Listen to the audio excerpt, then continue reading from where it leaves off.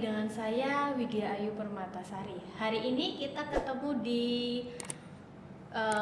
Fuad Isme dan kita kehadiran seorang tamu luar biasa, dosen sosiologi, pengamat pesugihan. Kita hari ini kita mau ngomongin soal itu. Kita ketemu dengan Pak Taufik. Selamat sore Pak Taufik. Selamat sore Bu Widya, selalu ceria. Iya dong, kan demi Fuad Isme. Gitu. Pak Taufik ini terkenal sebagai seorang dosen yang ahli di bidang pesugihan, religiusitas, kalau nggak gitu LC, ya nggak Pak? Iya, seperti itu. Tapi kita ngomongin LC-nya nanti-nanti nih. Iya, nanti. Kita mau ngomongin pesugihan dulu. Oh, iya. Pernah pesugihan nggak Pak?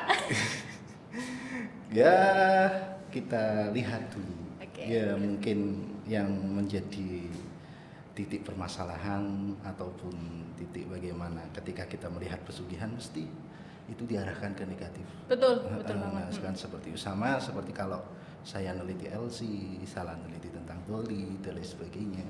Tentu yang kita lihat adalah sisi negatifnya itu sendiri ataupun stigma-stigma yang ada dalam pesugihan itu sendiri. Padahal kalau kita melihat yang namanya pesugihan dan lain sebagainya, itu konotasinya itu apa ya?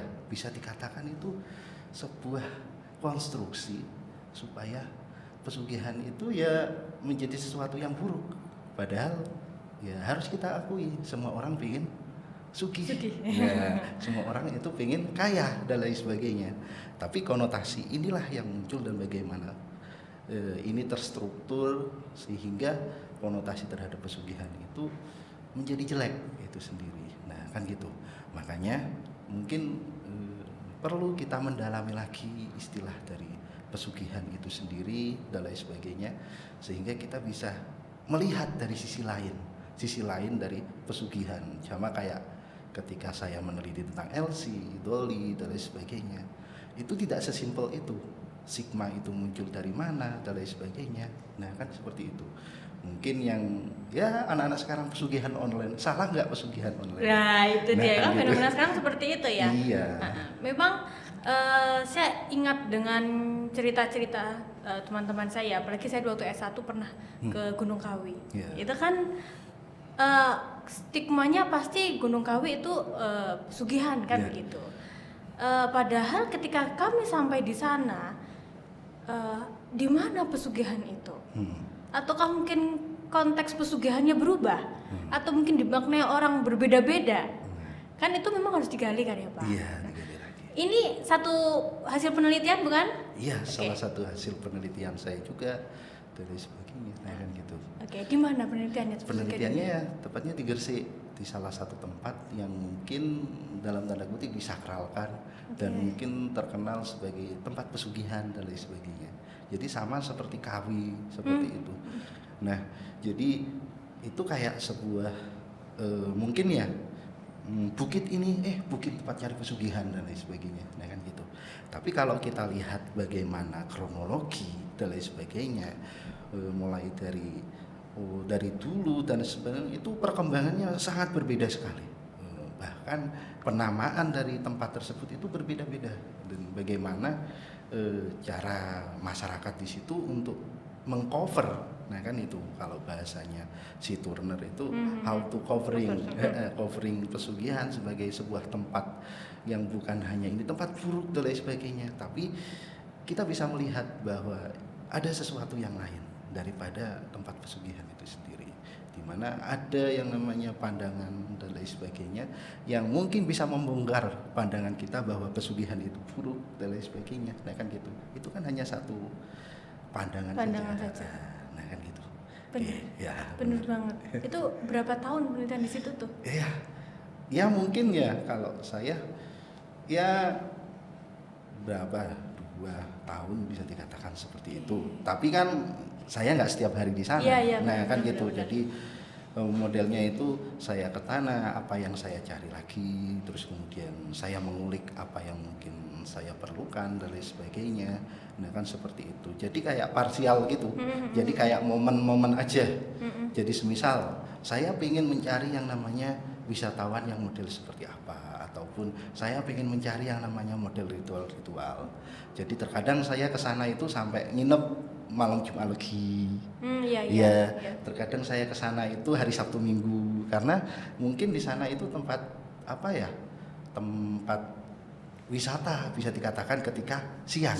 Ketika siang tempat wisata. Namun ketika malam Jumat dijadikan tempat sakral. Iya.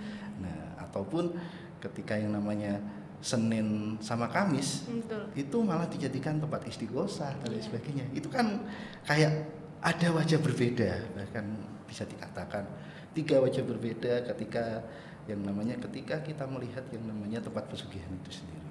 Nah kan gitu. Nah itu. Jadi bahkan ya kalau bisa saya katakan ya cara memandang pesugihan itu sendiri berbeda-beda. Nah kan gitu.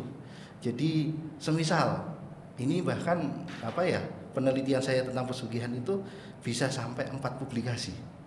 Iya, 4 publikasi dan bisa dikatakan publikasi internasional, di mana semuanya berbahasa Inggris dan lain sebagainya dengan ya kan gitu. Jadi ada sampai 4. Salah satunya tesis saya juga membahas tentang pesugihan itu sendiri. Nah kan gitu. Mungkin yang pertama ya itu saya cara pandang pertama. Yang pertama mungkin itu publikasi di salah satu jurnal di Mataram atau di Lombok. Jadi kan gitu. Jadi ini tentang semisal di situ saya mengangkat tentang bagaimana kontestasi bisa dikatakan kontestasi teologis, kontestasi ideologis antara orang-orang yang mengelola dari yang namanya tempat pesugihan itu sendiri. Nah kan gitu. Coba Bu Widya saya tanya, dukun apa yang ada dalam pikiranmu? Dukun itu orang pintar. Dia lebih paham ilmu religius dibandingkan orang lain, sehingga dia banyak didatangi orang. Dimintai pertimbangan, dimintai tolong, kan dukun banyak macam ya. Yang penting, yang jelas dalam seorang dukun tuh kalau di antropologi agama dia seorang spesialis. Dia pengalaman itu dia punya itu bisa dari pengalaman, bisa dari wahyu. Nyebutnya wahyu nih, karena banyak kan yang bilang saya tidur tiba-tiba mimpi dapat pusaka, saya dukun bisa nyembuhin kan begitu.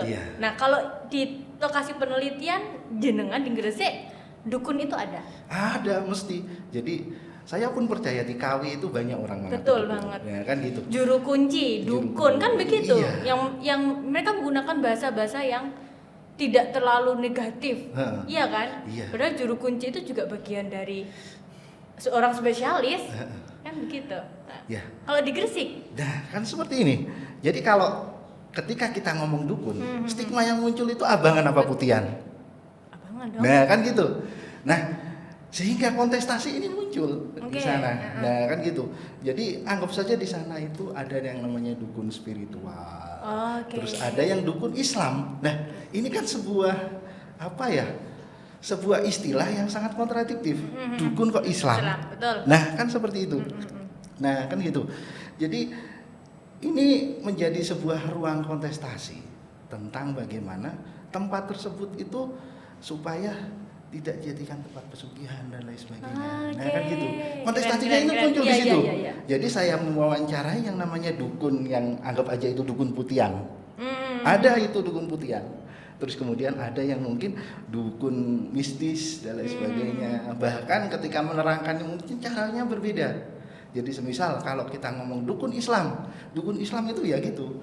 Saya nggak mau yang namanya tempat ini dijadikan pesugihan. Ini semuanya syirik. Ini semuanya ini semuanya itu sesuatu yang nggak bisa tempat suci seperti ini dan lain sebagainya. Tempat yang namanya sakral di mana mungkin di sana itu tempat salah satu petilasan. Bisa dikatakan itu petilasan Sunan Kalijaga. Nah kan gitu. Tapi si dukun putihan bisa dikatakan dalam tanda kutip ini tadi.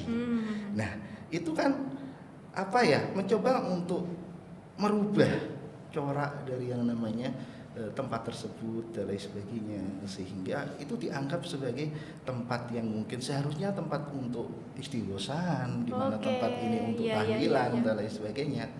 As we know, petilasan adalah tempat yang mungkin disakralkan ketika yang namanya salah satu sunan pernah dalam narasinya itu kan pernah di sana dan lain sebagainya, terus dengan peninggalan-peninggalan yang sudah ada. Nah kan seperti itu yang coba di cover oleh yang namanya Islam, dukun Islam itu tadi, ya kan gitu. Namun berbeda yang namanya dengan dukun mistis ini tadi. Nah kan gitu. Jadi dia itu menarasikan dulu tempat ini itu ya sakral banget. Banyak orang-orang kesini itu yang namanya ngilmu. Nah kan gitu. Ngilmu dan lain sebagainya. Dimana kalau dalam pandangan kita itu kan yang namanya abangan banget, ilmu, healing dan lain sebagainya. Di mana di sana itu ada yang namanya satu tempat gua di sana itu banyak yang namanya pengunjung dan lain sebagainya dengan tujuan untuk yang namanya ngilmu.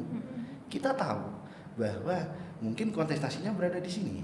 Nah kan gitu, dia mencoba untuk mempertahankan yang namanya corak dari abangan ini sendiri di sana dengan cara beribadah yang mungkin dalam tanda kutip kita itu yang mainstream dengan cara yang namanya tahlilan dan lain sebagainya, istighosah yang seperti yang ada dalam pilgrimage atau tempat-tempat ziarah yang sering kita pahami itu seperti itu. Namun inilah yang hilang, yang hilang dari yang namanya cara beribadah orang Jawa ketika masa dulu. Nah kan gitu, kita bisa melihat yang namanya di situ bagaimana progresnya dan lain sebagainya. Nah bahkan di salah satu tulisan saya itu sampai saya itu mengutip yang namanya si Hefner tentang Where Does the Abangan Gone? Ya dalam buku Picat Medenir yang The Politics of Religion in Indonesia. Nah itu ditengger juga kan? Iya ditengger juga.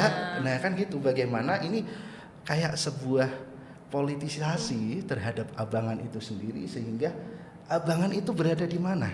Nah kita bisa melihat abangan lama-kelamaan itu akan hilang dengan sendirinya dengan proses yang namanya bahwa putihan adalah the real religion yang mungkin sebagai prototipe terbaik dari agama itu sendiri.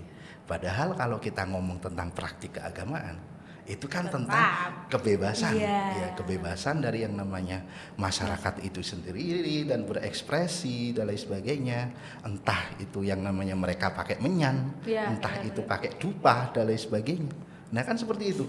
Nah namun itu yang mungkin menjadi sebuah prototipe yang mengkonstruksi bagaimana masyarakat itu seharusnya beragama seperti apa. Nah kan gitu, padahal ini soal kebebasan beragama loh. Apakah saya beragama itu nggak boleh yang namanya pakai dupa? Apakah nggak boleh pakai yang namanya wangi-wangian, kemenyan dan lain sebagainya?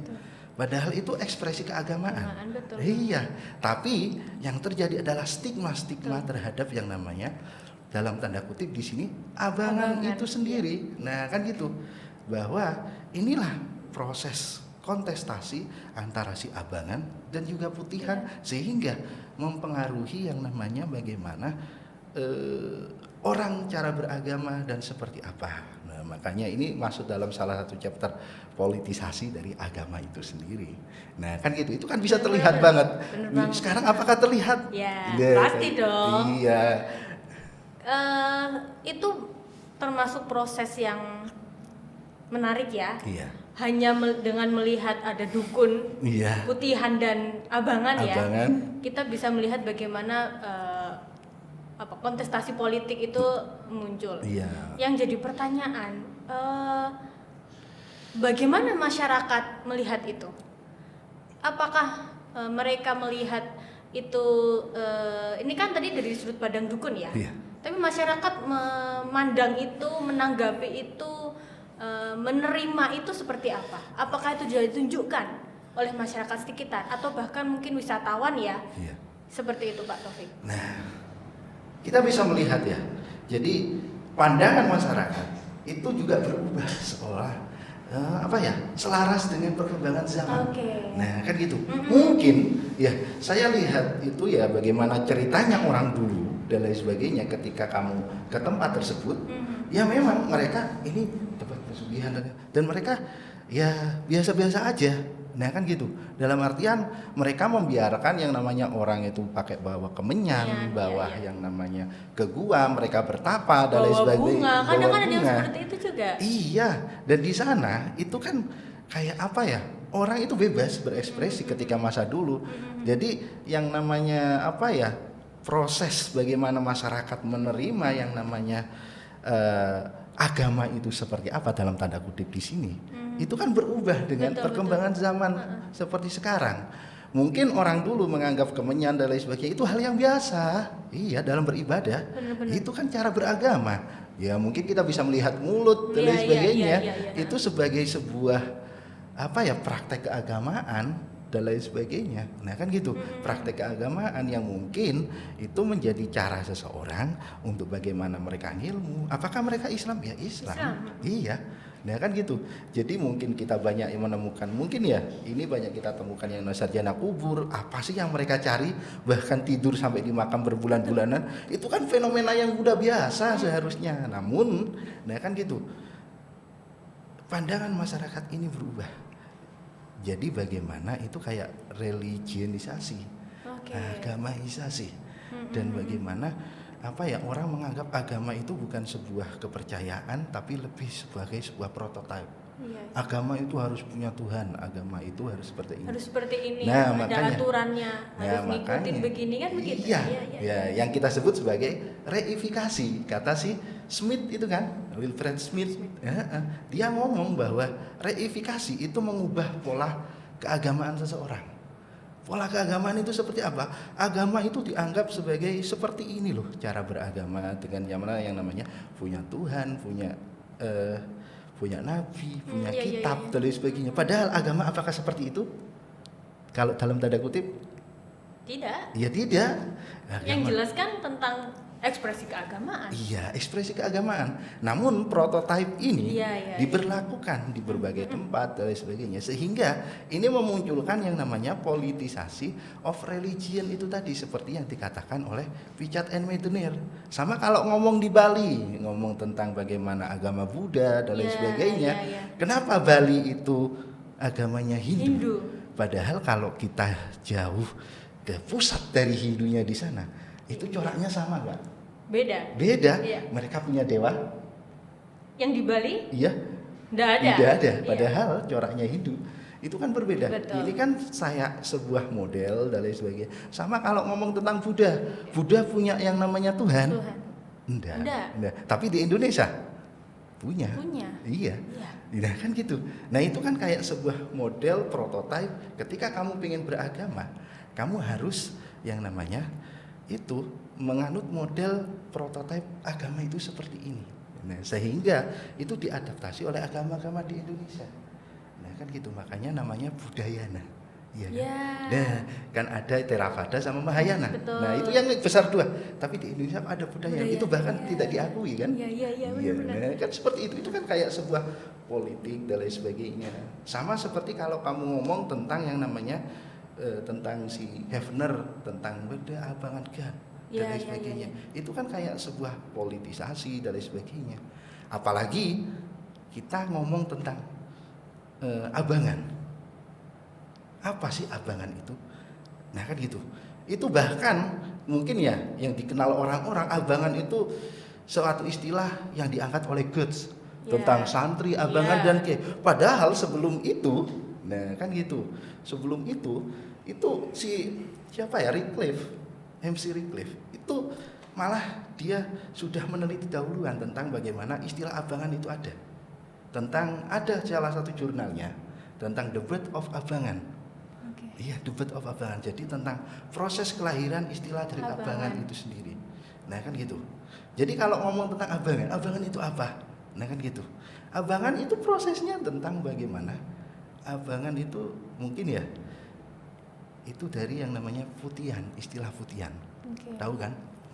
Ya. Simbol putih itu apa sih? Suci. Putih itu suci, bersih. Itulah agama. Nah, kan gitu. Ya, yang namun abangan ini diarahkan kepada sebuah nama bahwa Abangan adalah sebuah Islam yang tidak nurut terhadap prototipe itu tadi dengan cara prakteknya mereka sendiri, sehingga yang namanya Abangan ini adalah lawan dari yang namanya dari putihan. Betul. Namun ketika kita melihat sejarah dari yang namanya Abangan dan juga putihan dalam artikelnya si Wycliffe itu tadi, itu tentang yang namanya bahwa yang lebih minoritas itu malah putihan. Iya, ketika sebelum abad ke-20 atau abad ke-19. Nah, si Wycliffe itu bahkan punya yang namanya trilogi bukunya kan, yang mulai dari yang namanya mistik sintesis, polarisasi dan islamisasi. Nah, ini loh cara berpikir seperti ini. Bagaimana ketika kita melihat sebuah proses dan lain sebagainya, kenapa mereka disebut sebagai Abangan? Oke, kita balik ke yang namanya jurnal Abangan, tentang Abangan itu tadi. Bahkan yang namanya di Kediri Mojokerto itu tadi, itu sudah diteliti sama si si Wycliffe itu tadi, tentang bagaimana Abangan putihan. Bahkan di Malang juga ada, dia menyebutkan itu. Nah kan gitu, tentang yang namanya Abangan dan juga putihan dan lain sebagainya. Abangan itu dianggap sebagai ya itu tadi. Nah kan gitu, tentang bagaimana agama. Namun dalam tanda kutip Abangan itu berubah-ubah. Iya, apalagi ada politisasi. Nah kan gitu, politisasi agama, apalagi ketika kalau kata si Richard Meder mulai ada yang KTP-isasi dan lain sebagainya, semua harus punya agama. Itu kan merubah itu semua. Betul. Ketika nggak kamu punya agama, kamu dianggap sebagai KTP. Bukan orang Indonesia. Bukan orang Indonesia. Kan? Nah kan gitu. Sama seperti kalau ngomong Abangan itu diidentikan dengan yang namanya komunis, dalam tanda kutip PKI, di mana negara partai tersebut dengan merah. Betul. Iya kan? Nah kan gitu, mereka tidak beragama dan lain sebagainya, padahal mereka punya cara agama sendiri. Namun di sini itu kan kayak hilangnya kemana? Nah kan gitu, itu kayak sebuah ketakutan orang beragama dan lain sebagainya. Nah kan gitu, sehingga orang itu beralih kepada agama yang mana sih yang cocok. Nah kan gitu. Namun ada sebuah penelitian yang bagus lagi tentang yang namanya lanjutan dari penelitiannya si Goetz, dari si Amana Nuris, yang mulai tahun 2016 itu kan ada yang namanya aliran kepercayaan. Ya, dia meneliti bahwa dalam sebuah artikelnya itu ngomong tentang 50 tahun atau setengah abad setelah Goetz. Dia ngomong tentang itu, bahwa ekspresi beragama di Pare itu berubah. Sabto Dharma semakin orang-orang itu lebih berani lagi tentang yang namanya sistem kepercayaan mereka. Ada Sabto Dharma dan lain sebagainya. Itu bahkan sampai ada beberapa aliran kepercayaan yang muncul lagi akibat dari yang namanya kebebasan seseorang bukan hanya memilih dari 5 agama atau 6 agama itu tadi, tapi tentang sebuah aliran kepercayaan sehingga mereka bisa berekspresi, memilih bagaimana yang menurut mereka baik dan lain sebagainya, dan akhirnya muncul lah yang namanya aliran-aliran yang awalnya dulu itu mereka dianggap tidak beragama, mereka dianggap sebagai dalam tanda kutip PKI dan lain sebagainya. Nah kan gitu, mereka punya sendiri dan itu mereka ekspresikan. Nah kan gitu, jadi prosesnya itu panjang. Betul. Nah kan gitu, kita ngomong Abangan dan lain sebagainya. Kalau pengen lebih lanjut ya kita ngomong yang triloginya si itu Wycliffe, yang mulai dari mistik sintesis, terus kemudian polarisasi sampai islamisasi. Nah kan gitu, itu kan ya kita anggap Wycliffe ini sebagai seorang sejarawan dari Australia yang mungkin meninggal 5 tahun lalu lah. Tapi bagaimana dia mencoba untuk mengulik bagaimana Abangan itu ada, bagaimana Abangan itu berkembang, bahkan sampai yang namanya islamisasi di Indonesia, itu bisa kita lihat cara pandang Islam itu berbeda-beda dari tahun ke tahun. Bahkan sekarang itu ya berbeda kan dengan yang namanya tahun 2000 dan lain sebagainya. Tapi ini loh yang saya suka dari yang namanya peneliti-peneliti sosial yang dalam tanda kutip cara pemikirannya itu yang diakronik. Ya, diakronik itu kan time by time. Nah kan gitu. Time by time. Sejarah ya. Iya, penulisan sejarah time by time. Dia tahu bagaimana perkembangan Islam di Indonesia melalui trilogi penelitiannya si Wycliffe itu tadi, mulai dari mistik sintesis. Ya kalau orang dulu mistik sintesis ini kan ada ketika abad ke-14 sampai 18. Ya kata si Wycliffe. Dia ngomong bahwa cara beragamanya orang dulu itu lebih ke arah mistisisme. Iya. Sesuatu yang dianggap mistis, sesuatu Iya. yang supranatural Iya. dan lain sebagainya. Nah, kan gitu. Betul. Namun dengan datangnya yang namanya Islam, nah, Islam dan lain sebagainya, itu merubah pola pikir akhirnya ini loh cara beragama. Nah, atau biasanya dekolonialisasi. Iya. Nah, kan gitu ya. Betul. Sehingga istilah ini yang dipakai polarisasi. Iya. Iya. Menarik. Polarisasi agama dari seseorang itu berubah-ubah terus. Malah di Indonesia polarisasi dari yang namanya apa ya? Kamu nggak gitu, ini loh yang benar. Nah, ini berpolarisasi. Nah, kan gitu.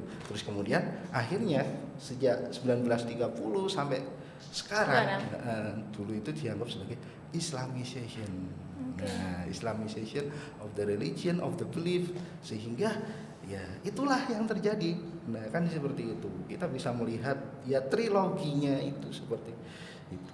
Nah, kan gitu. Dan sebenarnya proses Islamisasi itu juga semakin tahun semakin berubah kan? Nah, kan Caranya, modelnya, hasilnya. Iya nggak sih Pak Taufik? iya. Nah, kan gitu. Jadi berubah-ubah dan ini juga saya pakai.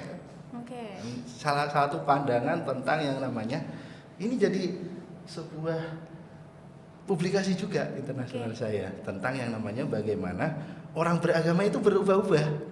Nah, bener banget. itu saya memakai teorinya Robert Bellah. Robert Bellah tentang ya human evolution in religion. Oke, Atau bisa dikatakan evolusi manusia dalam beragama.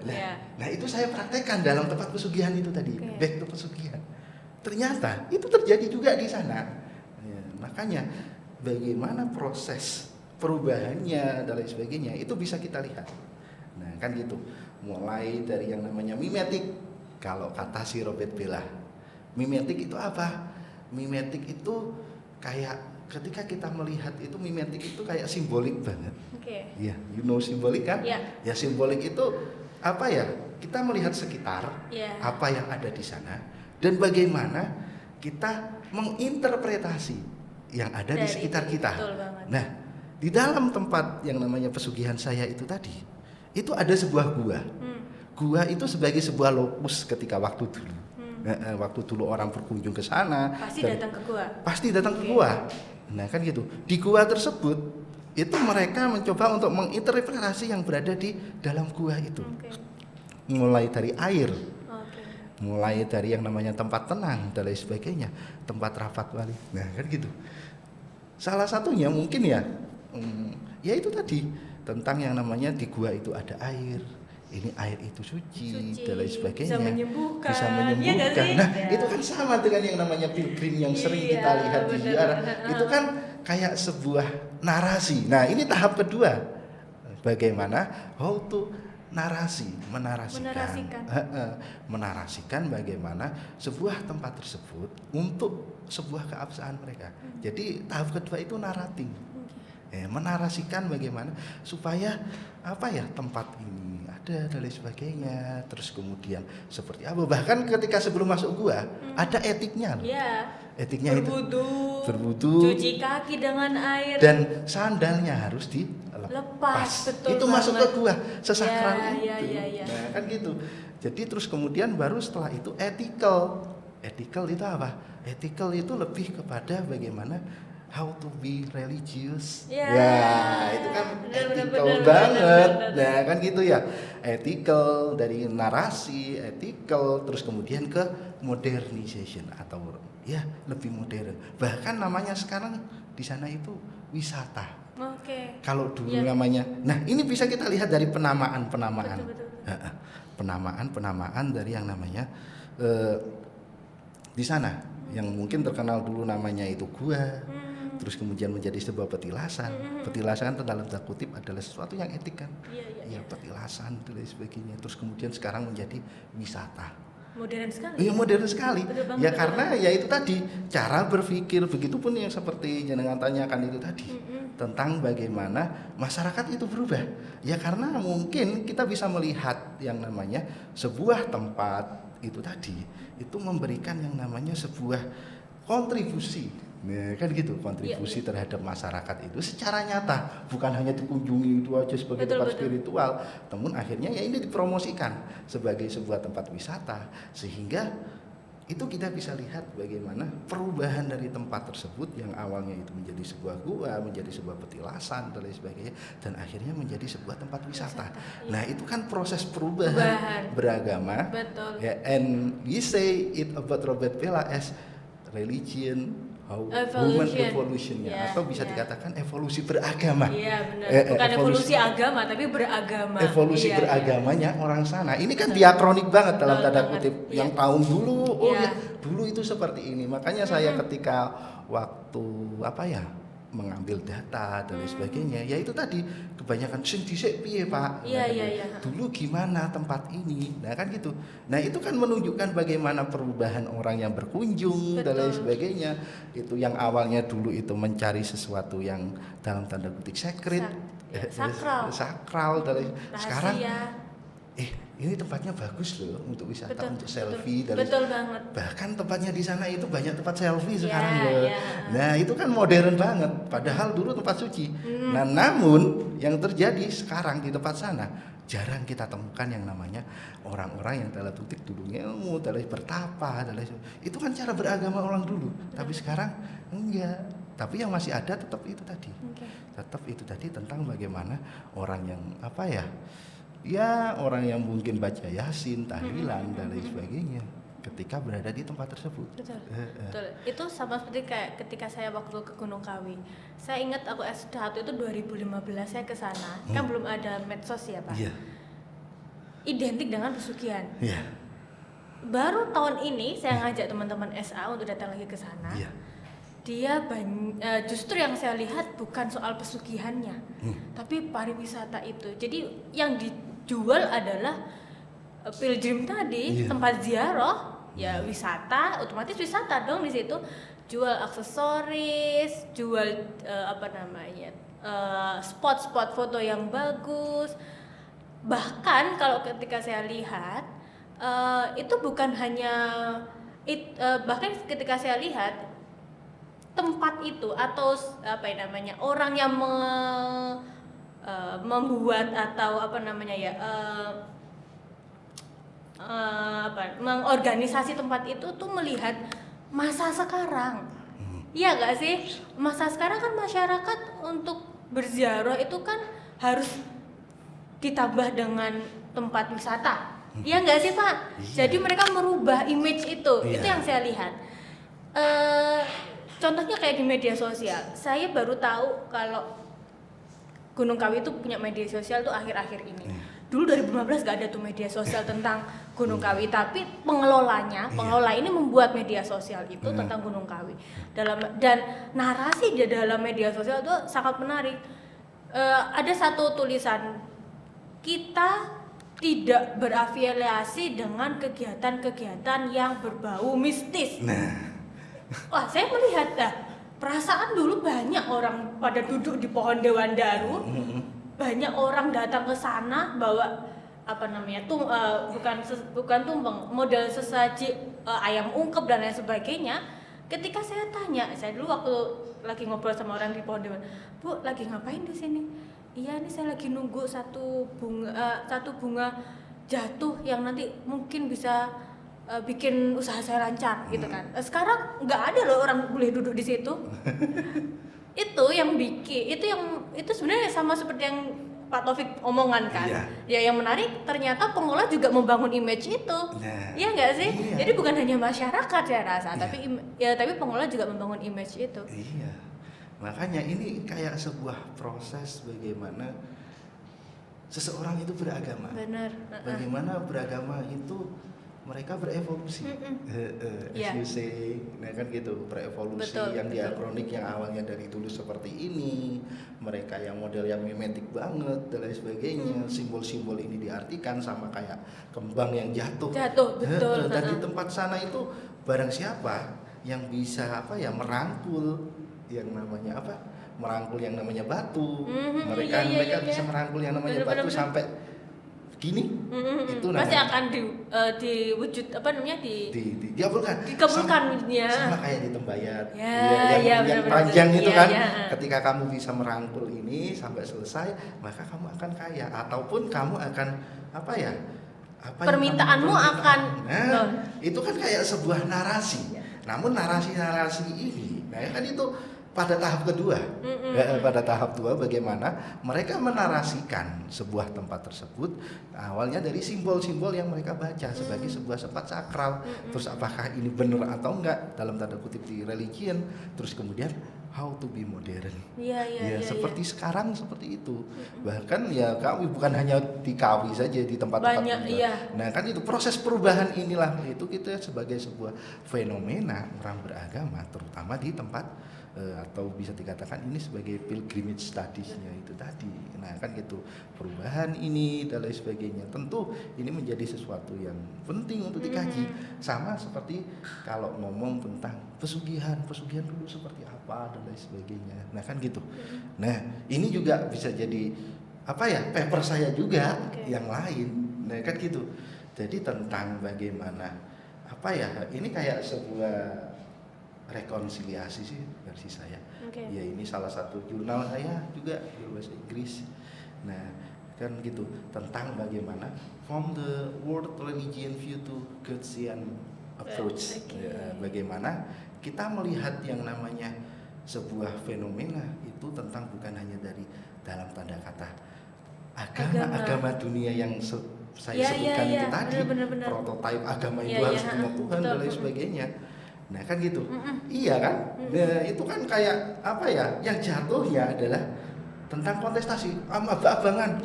Oh, itu salah. Dikit-dikit menyalahkan. Oh, nggak boleh bawa menyan, nggak boleh bawa kembang, itu bawa apa dan lain sebagainya. Itu kan sebuah wujud kontestasi. Bahwa dengan adanya yang namanya dalam tanda kutip sini agama, religion itu tadi yang diperkenalkan dengan prototipe yang dengan 5 itu tadi, itu seolah-olah mengubah pola pikir dari masyarakat itu sendiri bahwa agama itu berada dalam kolom itu saja. Padahal practically agama tidak hanya pada konsep 5 kolom itu tadi tentang harus punya Tuhan dan lain sebagainya. Nah, kan gitu. Nah, itu kita bisa melihat bahwa dalam pandangan Secret yang dalam bukunya tentang interpreting a culture. Iya, buku interpreting a culture. Iya, dia ngomong religion as a cultural system. Nah, jadi agama itu sebagai sebuah sistem kebudayaan. Nah, kan gitu. Di mana budaya kan itu sebenarnya bagaimana sesuatu itu yang cult, sesuatu yang apa ya, yang kamu agung-agungkan, sesuatu yang mungkin kamu anggap wahyu dan lain sebagainya, sesuatu yang melekat. Nah, kan gitu. Itu sama kayak budaya yang lainnya. Nah, kan gitu. Tiap orang punya hak untuk cara beragama itu sendiri. Tiap orang punya cara untuk berekspresi, baik itu di gua ataupun di Gunung Kawi. Saya lebih nyaman kok ketika saya ibadah di gua. Salah nggak? Nah, kan gitu. Itu kan yang menjadi PR mungkin bagi masyarakat. Makanya saya kalau ngomong tentang yang namanya case-case seperti itu memberikan pemahaman.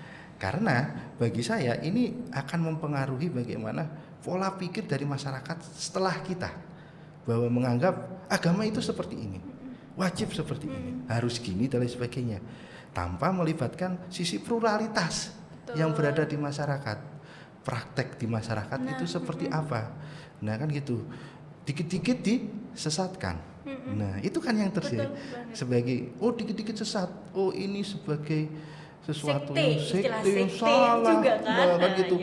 Abangan itu apa, abangan itu salah dan lain sebagainya, sehingga putihlah yang terbaik, inilah putihan dan lain sebagainya. Nah, kan gitu. Nah, makanya saya, ya itu salah satu paper saya ya sesimpel itu, ngomong tentang bagaimana orang-orang itu menganggap ya dalam sisi world religion itu tadi. Akhirnya jatuhnya menyesatkan praktik yang mereka sebut dalam tanda kutip pesugihan, padahal semua orang pengen sugih. Kamu tahlilan juga pengen sugih. Kamu karena doa-doanya istighosahan adalah ada doa-doa, tapi caranya betul. yang mungkin berbeda.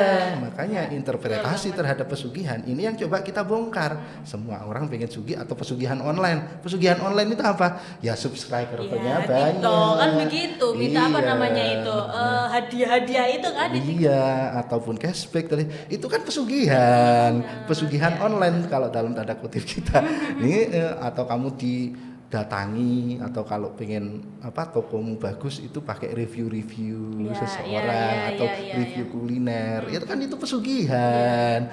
Why? Kata pesugihan di sini itu kamu jadikan sebagai sebuah yang dalam tanda kutip negatif. Semua orang pengen sugih. Saya juga melihat di tempat sana itu ya tiap orang punya cara praktik beragama sendiri-sendiri kok. Ada yang bawa kemenyan, ada yang pakai yang namanya tahlilan dan lain sebagainya. Terus ada yang namanya di sana pengen wisata gitu aja. Nah, itu kan proses bagaimana mereka beragama dan cultural system apa yang mereka anut. Betul. Nah, kan gitu. Itu kan sebuah sistem kebudayaan yang mereka anut dan mereka praktekkan dalam tempat pesugihan itu tadi. Nah, kan gitu. Nah, itulah yang perlu kita dekatkan, lebih ke cultural systemnya, sistem beragama, sistem berbudaya, daripada kita ngomong tentang agama ngono iku salah, agama gitu itu salah, praktek ini itu salah. Nah, itu kan judgement-nya datunya ke situ. Nah, kan gitu. Makanya penting penelitian-penelitian seperti ini untuk memberikan pemahaman kepada masyarakat, terutama yang masyarakat sekarang, untuk lebih plural, untuk lebih menerima dan lain sebagainya. Apalagi kalau ngomong tentang abangan itu salah, iki opo toh, nah kan gitu. Nah, kan gitu. Seharusnya kan itu kayak sebuah sistem kepercayaan yang dibentuk di masa dahulu dengan masyarakat yang seperti itu sebagai sebuah counter. Nah, kan gitu. Namun siapalah yang menjadi pemenangnya dan lain sebagainya.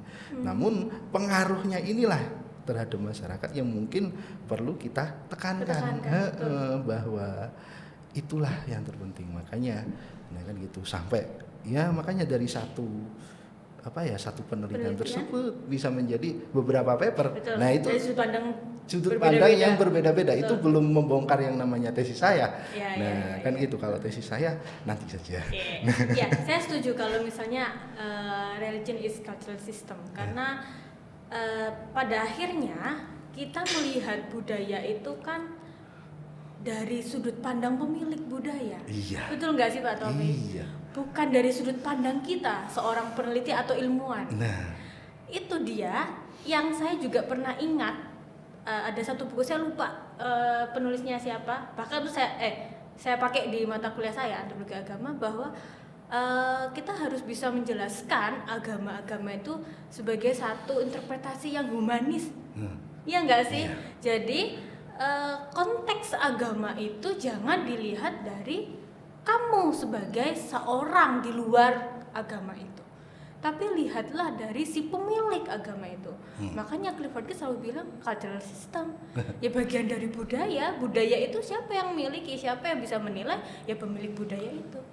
Gitu nggak? Iya. Ya, aku setuju kalau itu. Jadi itu selalu saya tekankan juga ke mahasiswa. Pertama, kamu tahu nggak fenomena-fenomena orang waktu misalnya mau Idul Fitri itu kan banyak tuh orang lagi benerin rumah. Tetapi ada loh bapak-bapak tukang benerin rumah yang nggak puasa. Terus kamu sebagai orang pemilik rumahnya gimana? Mau salahin mereka? Mau nggak ngerjain mereka sebagai pekerja? Loh, kamu udah salah di situ. Mereka lo butuh uang buat mereka Idul Fitri Lebaran kan begitu. Nah, kadang mereka merasa itu tidak sesuai, benar ya, memang tidak sesuai menurut agama ya enggak. Waktunya puasa, kenapa dia nggak puasa? Tapi kan kamu harus lihat itu dari sudut pandang si pekerjanya, tukang bangunan, kenapa dia nggak puasa? Kenapa dia memutuskan tidak berpuasa dan mengganti di hari lain? Itu harus kamu lihat, karena ternyata banyak loh mahasiswa yang belum paham hal-hal sepele seperti itu, bahwa yang namanya agama yaitu sistem budaya. Gitu. Iya nggak sih Pak Taufik? Makanya Guts itu dalam bukunya Interpreting Culture itu metode. Betul. Iya, isinya itu metode kok. Iya, Benar-benar. iya metode. Ya, humanis itu kan juga metode Iya. untuk melihat fenomena agama kan begitu. Iya, metode untuk melihat bagaimana perubahan atau proses masyarakat sehingga menjadi sebuah kepercayaan, menjadi sebuah culture, sehingga itu apa ya? Ya itu menjadi sebuah sistem kepercayaan yang dianut oleh setiap orang. Makanya kalau ngomong tentang yang itu Georgian itu tadi itu kritik, malah saya mengkritik tentang bagaimana apa ya world religion itu menamakan sebagai sebuah praktik-praktik yang mistisisme itu sebagai animism. Iya kan? Ya. Jadi apa ya, ini kayak sebuah kritik terhadap Taylorian. Iya, yang Taylor, evolusi agama itu kan. Evolusi agama dan lain sebagainya. Nah kan gitu. Jadi ini kayak kata kita ngomong saja animism.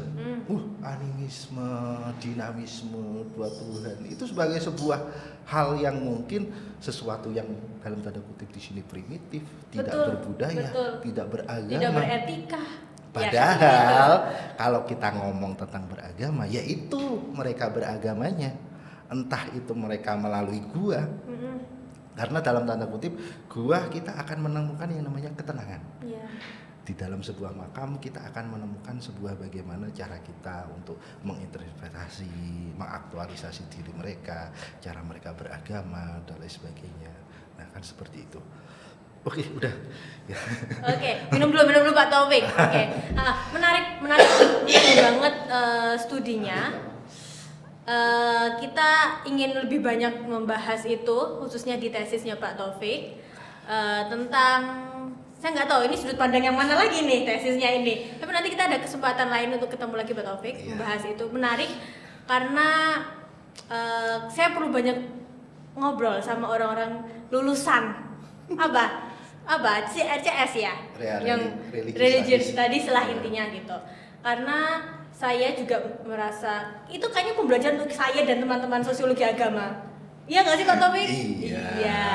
Nah, sama mungkin nanti kita akan bahas juga tentang ini isu menarik karena kemarin saya habis baca buku tentang seksualitas, gender dan religion. Itu ada satu buku menarik saya baca itu. Oh ternyata bicara seksualitas, gender dan religion itu tidak hanya sekedar kenapa imam harus laki-laki dan lain sebagainya. Itu kayaknya perlu dibahas sama Pak Taufik deh. Iya. Ya nggak sih? Dan bahkan buku itu tak kasihkan ke mahasiswa. Sexuality, Religion and Gender. Oh iya, aku baru nemu kemarin. Kan saking asiknya bahas soal itu sama teman saya. Dan memang itu bukunya menarik dan memang kita harus bahas itu di pertemuan lainnya di Fuadisme di Suara Usuluddin. Oke Pak Taufik? Oke, terima kasih Pak Taufik. Oke, itu dari kami teman-teman. Kita udah ngomong banyak soal religion, evolusi beragama. Kita nggak ngomong evolusi agama loh ya, beragama ternyata ada evolusinya. Nah, kita akan ketemu lagi di kesempatan yang lain dengan bahasan yang lebih menarik, yang itu nanti bisa bermanfaat untuk teman-teman semua penonton dan bahkan teman-teman dari sosiologi agama. Oke, itu aja dari saya dan Pak Taufik. Terima kasih. Selamat sore. Wassalamualaikum warahmatullahi wabarakatuh. Waalaikumsalam.